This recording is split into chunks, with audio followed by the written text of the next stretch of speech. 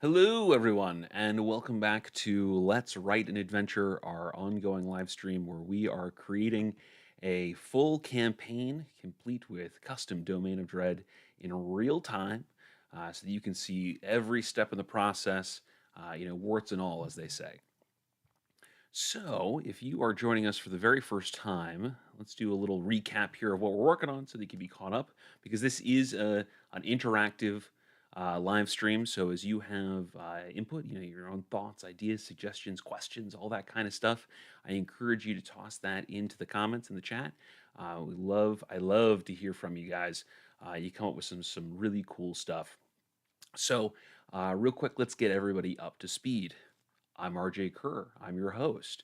And what we've done so far is we've begun building out a campaign that takes place in this custom domain of dread that is centered around an inland sea, which is a flooded basin that used to be home to a sprawling empire and is now ruled over by a elemental evil, an entity that we call Evander. And so we are using a story circle methodology here to build out the campaign from scratch, and we've done a lot of work so far.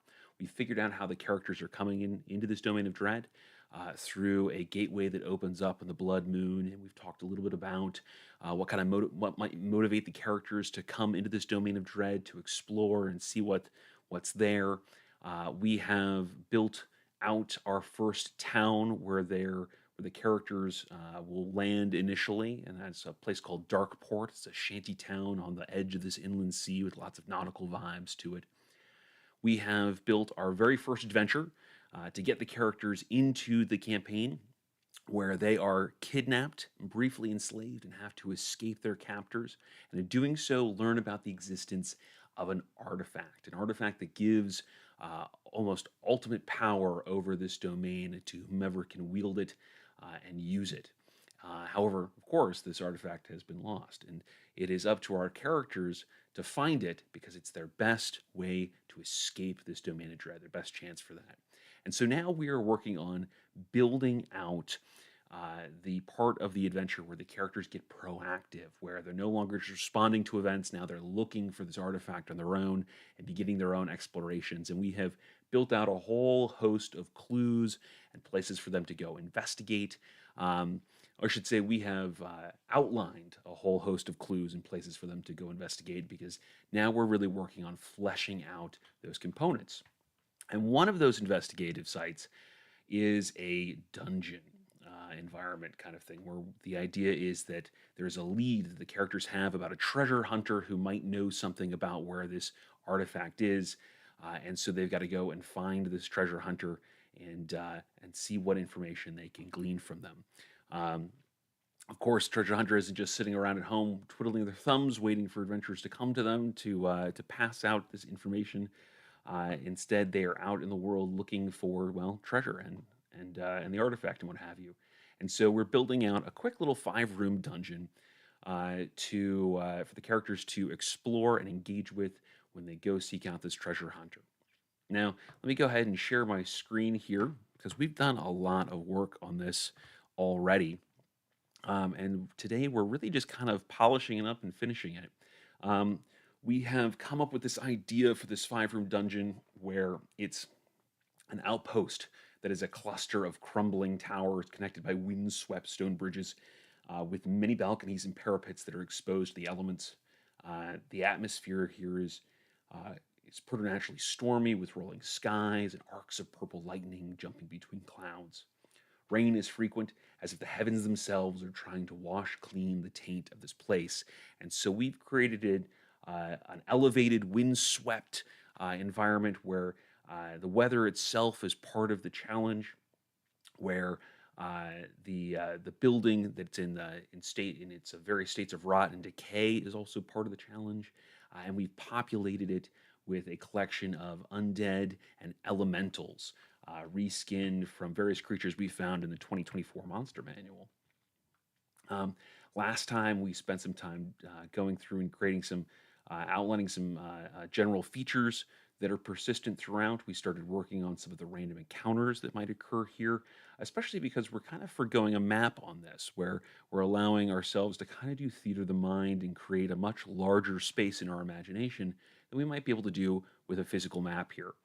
Um, we have not outlined some of the details of these random encounters, which we'll work on today, but we have gone through and put a little bit of random treasure in there that they might find, because it's always fun for a random encounter to sometimes be a positive thing. We've already built out our encounters and our 5 rooms, so we have an easy encounter in our entryway with a clue to our puzzle. We've got our setback, which is a compelling battle over one of these windswept bridges with a flying gargoyle and electrified skeletons. We have a puzzle room that rewards the characters with some treasure in the form of some potions of lightning resistance and a collection of 30 assorted gemstones. And we've built a puzzle around the orientation of the various planes of existence in relation to the material plane. We built that from scratch.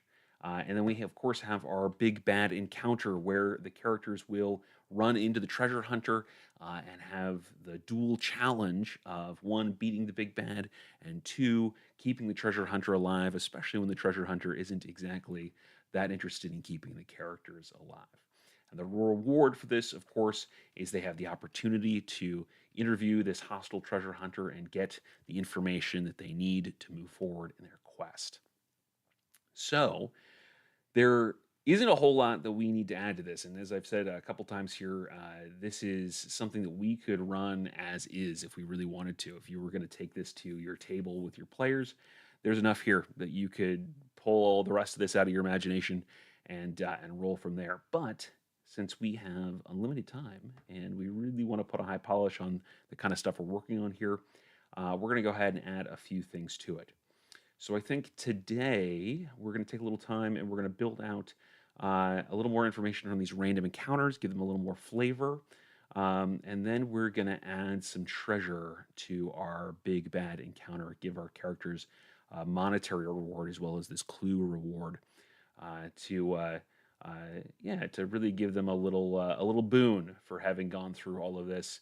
And what in many cases will probably be some some frustrating scenarios, um, as we've made everything here quite challenging, other than our initial encounter.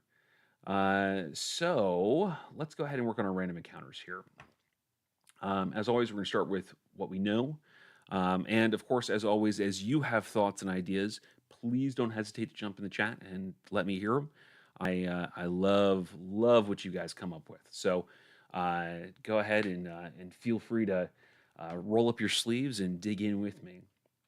So I want to start with the shadow because I think I have the clearest idea of how I would want this random encounter to kind of go. With the new players, sort of the new monster manual, shadows have a feature that allows them to move through spaces that are up to an inch wide, an inch in diameter. And I had an idea that that might be kind of a really cool thing to kind of stalk the characters throughout this dungeon environment. Um, and so I I have this vision of this shadow. You roll the random encounter, and the shadow doesn't just spring out and attack. It starts trying to stalk the characters and trying to find a moment when it can kind of get one of them isolated and attack. Um, so let's say um, when the shadow appears, it hangs back and hides in the multitude of mundane shadows. From there, it stalks the characters, looking for a moment when they are isolated or weakened to spring its attack. As such, the shadow might attack characters during one of the other encounters if it thinks it can get the upper hand. So, kind of a little bit of a time delay on that. And no comma there. Comma there. Okay, so kind of a time delay on that. And I like that sometimes with a random encounter because you get a little bit of a tension build, especially if you are playing this in tabletop, like actually like in person and not online, um, where you roll for an encounter, the players can hear the dice go, and you just kind of from behind this DM screen make okay, jot down a note or something along those lines, and then there's no, and then it's just kind of a don't worry about it for right now. We'll pick that back up later kind of deal, and it creates a level of uncertainty with your players that can really build up the tension in a really kind of pleasurable way, I think. Um, so I do sometimes like doing that with random encounters, giving them a little bit more, a little bit of a longer run time, making them less an instant gratification thing. Although sometimes they do need to just pop up and jump out at the characters. So let's see here. Let's talk about. Um, hmm.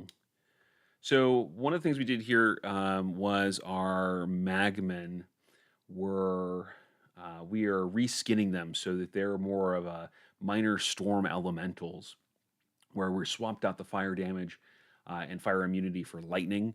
And so we're giving them kind of a stormier sort of vibe to them. And we have a number of them patrolling the tower, um, which means that they're not necessarily hostile per se. Not every encounter needs to be immediately a confrontation, um, but but they may be cautious or defensive of the characters, and yeah, we might give them a different sort of attitude than just they jump out and attack. Um, let's think about that while we work on the zombies, because let's be honest, the zombies are going to jump out and attack.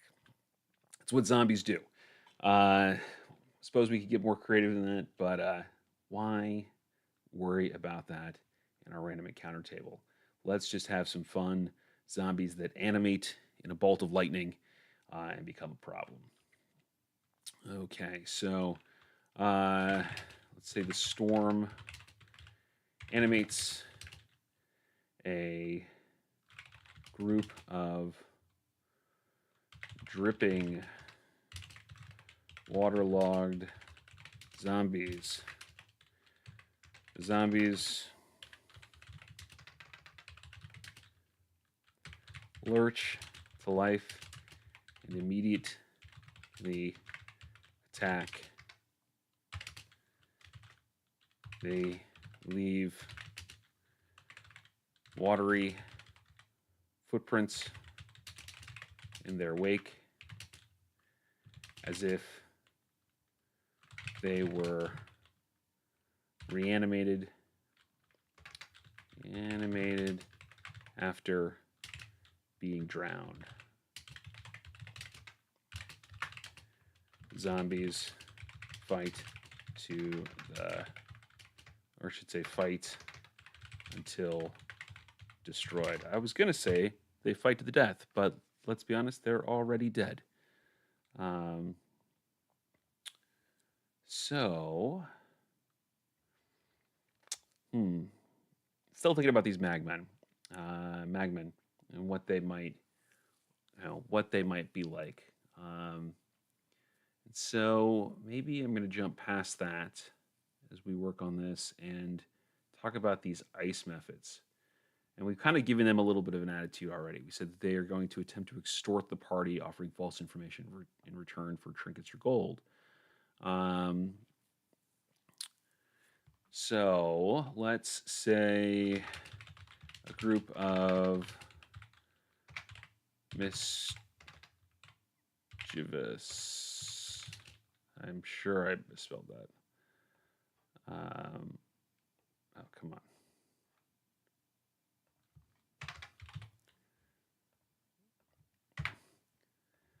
A group of mischievous ice mephits.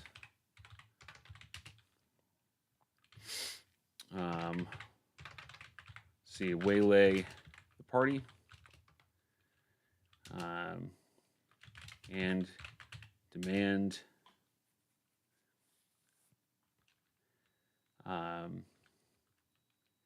payment in exchange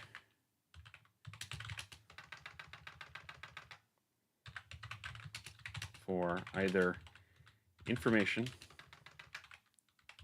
or as a or to pass, say as a toll. I don't like the way that sentence works. Let's clean that up. In exchange for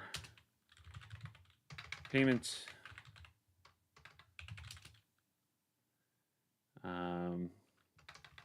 actually, I'm sorry, demand payment in exchange for information or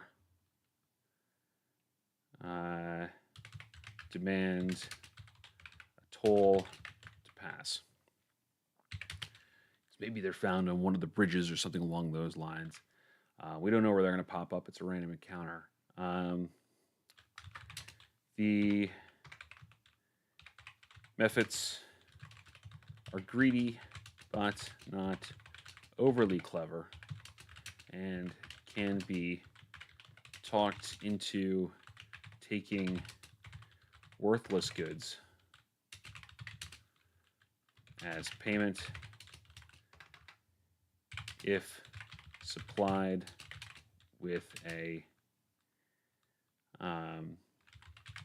interesting enough story. So, creating a situation where the characters could, can just pay them off if they want. But you could have them, your characters could try to bluff their way through offering trinkets and little odds and ends, broken arrow shafts and things like that, and telling them tall tales about where this stuff has come from and why it's so important and so valuable. Um, and so we can end up with a kind of a cool little role play encounter here potentially, um, which can be a lot of fun in a random encounter. Again, they don't all need to be, uh, you know, we end up in combat.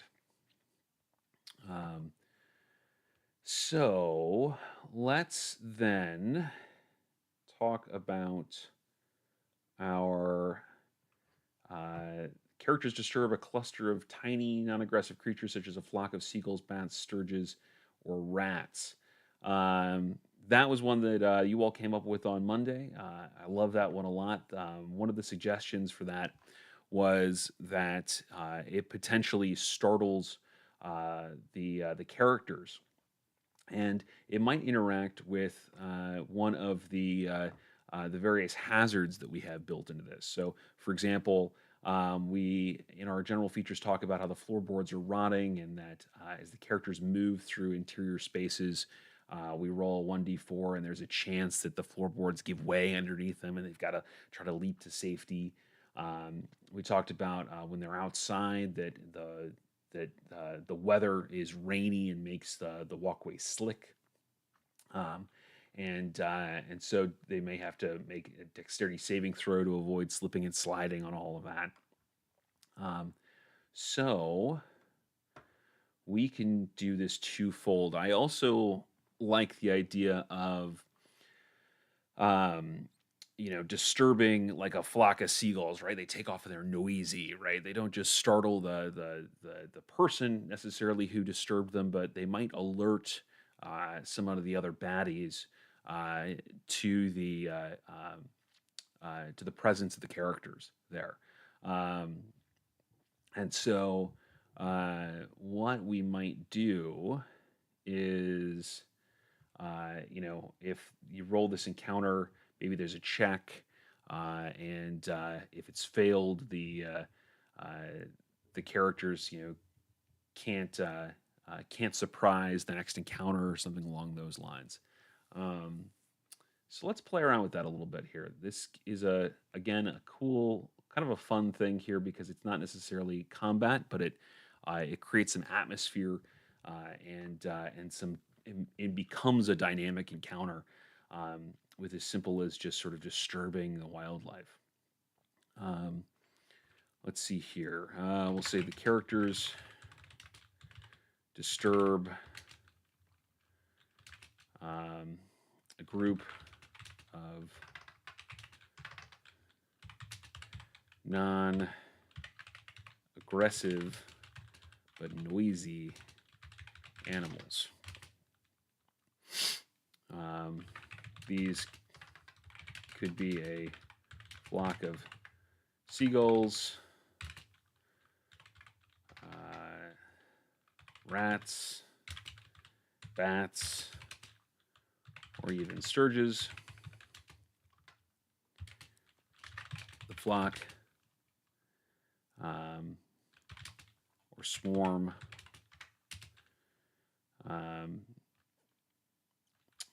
flees from, let's see here, lurches into motion suddenly, startling the character who disturbed them.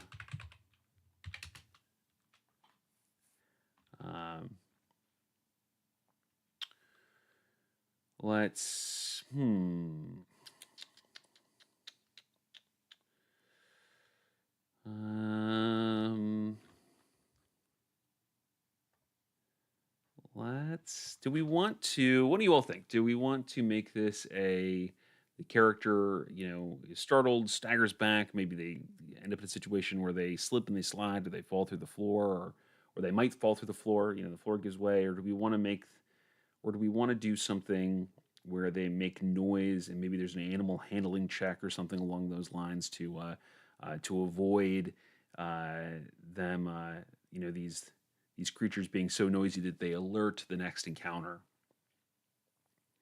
What do we think? I am kind of leaning towards the noisy bit, mostly because it's going to be easier for us to kind of write and to apply in a multitude of situations. We don't have to write as much. So I'm leaning in that direction. Let's see here. What do you all think? Let's see. We got Jonathan Frost in the chat. He says, "I like the alerting the next encounter better." Okay.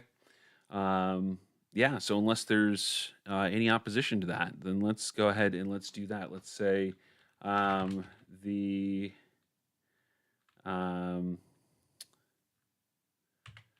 let's see. Jonathan says trying to force the dex check is a little clunky. Yeah, I agree with that. I agree that it is. It also kind of assumes that we're going to be in a certain environment where that makes some kind of sense, and we may or may not be, especially since we're kind of theater of the minding this dungeon. Let's see here. The character who disturbed. How am I misspelling that? Disturbed.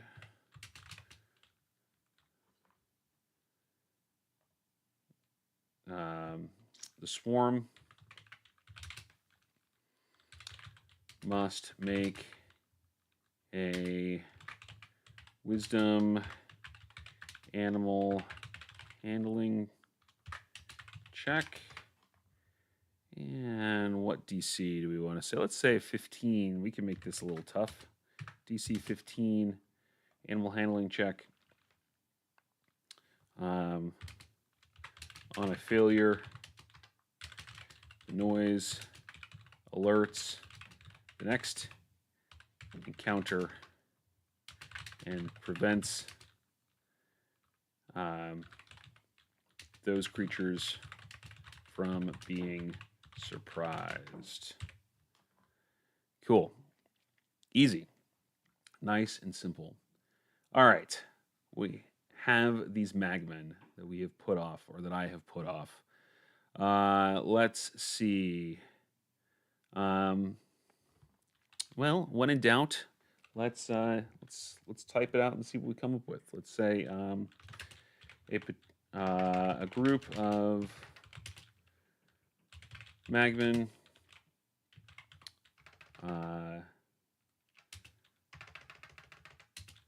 I'm going to say of stormy magmen. I'll give them some kind of different name. A group of stormy magmen patrol the various levels of the crumbling towers and their walkways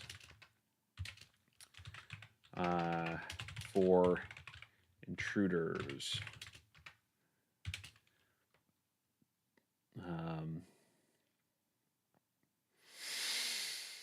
What kind of attitude do we want to give them?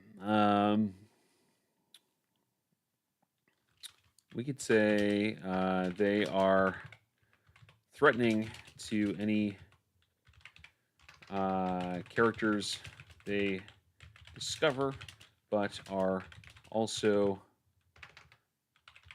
hungry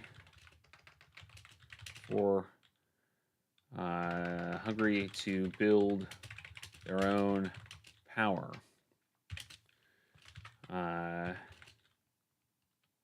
They might parlay with any character who, what could the characters give them?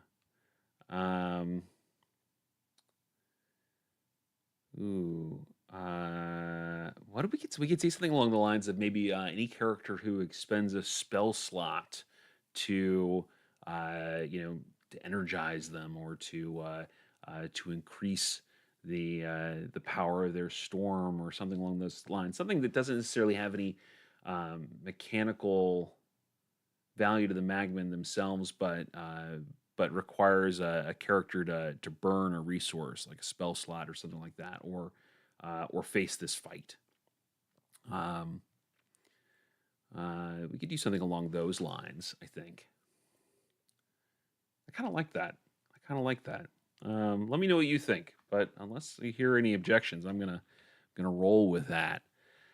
Let's see here. They might parlay with any character who is willing to expend a spell slot to empower the storms within one or more of the magmen.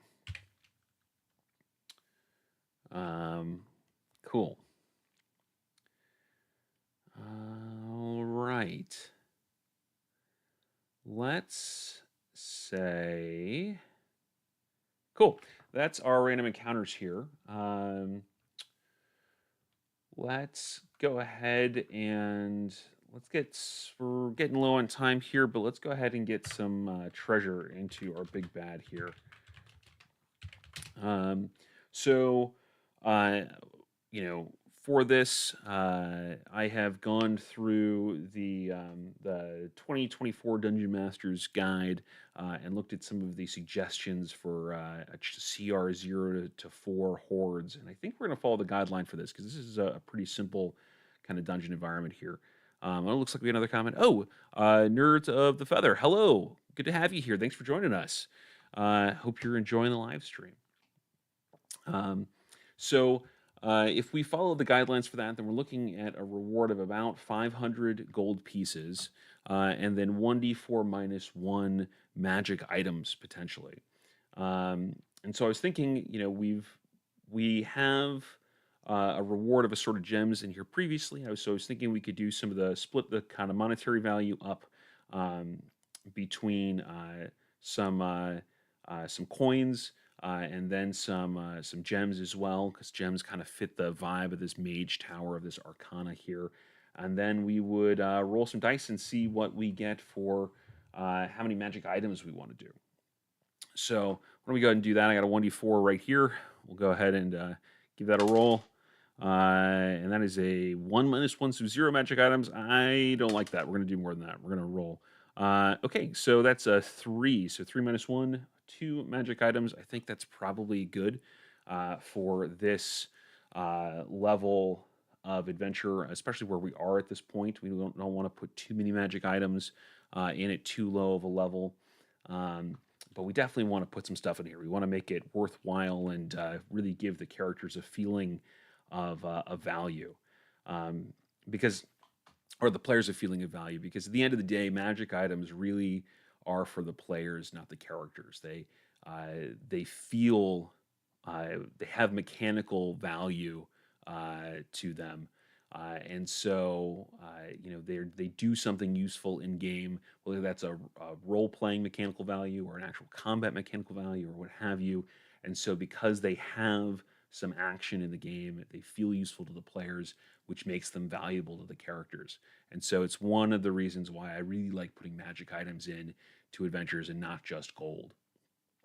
Because gold, sometimes that has value, sometimes it doesn't. It just depends on how much there is to buy in this world. Um, let's see. Jonathan Frost says Electrum pieces. Just kidding.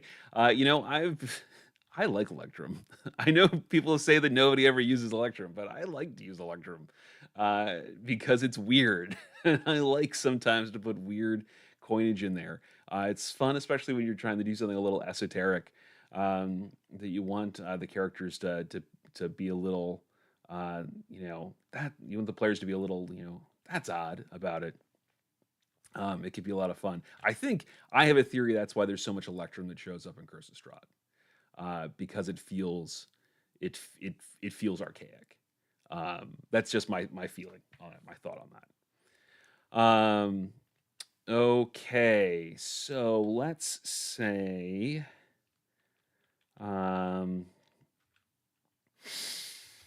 the Sentinel guards a small hoard of treasure, or a small, we'll say, cache of treasure. Treasure, which includes, let's say, 300 GP. Give it 300 gold pieces. We'll say 20 assorted gems. Let's not say gem. Let's give it a little more flavor than that. Let's say 20 gemstones that glow with stormlight. We'll take some inspiration from good old Brandon Sanderson, and say 20 gems that glow with stormlight, and we'll say that they're worth 10 GP each. And as far as magic items go, we could do 2 common items here. We could do 1 common and uncommon. I wouldn't do anything crazier than an uncommon. So let's take a quick look. Off screen here, I've got the I've got D&D Beyond up, and I've got a search for magic items here, and I'm just filtering for common and uncommon to just kind of see what jumps out at me. And let's see, nothing really catches me on page 1 here. Let's get to page 2. This feels thematic. A couple of things here. We've got a lot of water in this world, and so a cap of water breathing can be really useful to one of the characters. So maybe that's something we have in here. That's an uncommon magic item. And then, how about a cloak of billowing? We could have, you got the stormy atmosphere that's going on here. That goes into this place. There's lots of wind. It kind of makes sense that it would billow out cloaks, but we have a magic item that billows out even when there's no wind to fill it. Let's hear. We got some more comments in the chat. Could the items be named after other adventurers or NPCs to help to link to new clues? Yeah, absolutely, they could. They absolutely could, and that's something that's certainly worth thinking about. We had talked about that there might be other clues to the location, the artifact hidden inside this dungeon. We just haven't built out what those are yet. So certainly something to keep in mind. Um, so, what do you guys think? Cap of water breathing and a cloak of billowing sound good for our for some magic items for our first little mini dungeon here. Um, I think those will be useful and fun. I think those will fit, and they fit thematically. I like them. So unless I hear any objections, I'm going to put those in. Cap of water breathing and second, a cap of water breathing and a cloak of billowing. That's not what I need there. Excellent. Okay, fantastic. Well, with that, we are at our time for the day. But we have done a lot. We've got, well, frankly, we've got a whole Five Room Dungeon built out here with enough polish for us to really play this very nicely and very easily. In fact, yeah, this is enough to just kind of run with. Maybe we'll publish this for everybody so that you guys can run this at home if you like before we finish up the main adventure. Anyway, thank you all so much for joining me. It's always a pleasure to get to spend this really organic creativity time with you all. And I really value everybody's input and attention with this. And so thank you very, very much. If you've enjoyed this, please like, subscribe, leave a comment. All of that stuff really helps the channel grow, helps more people find this live stream, and builds the chat and builds the interaction and helps us do more of this kind of stuff. So thank you again. And as kind of a side note here, if you are looking at all for some D&D games and you want to be a player for a little while as opposed to DM, or you want to jump into a one-shot or something along those lines, then you can find the games that I run professionally on startplaying.games/GM/RJ Kerr. All right, well, thank you again, and I will see you all next Monday.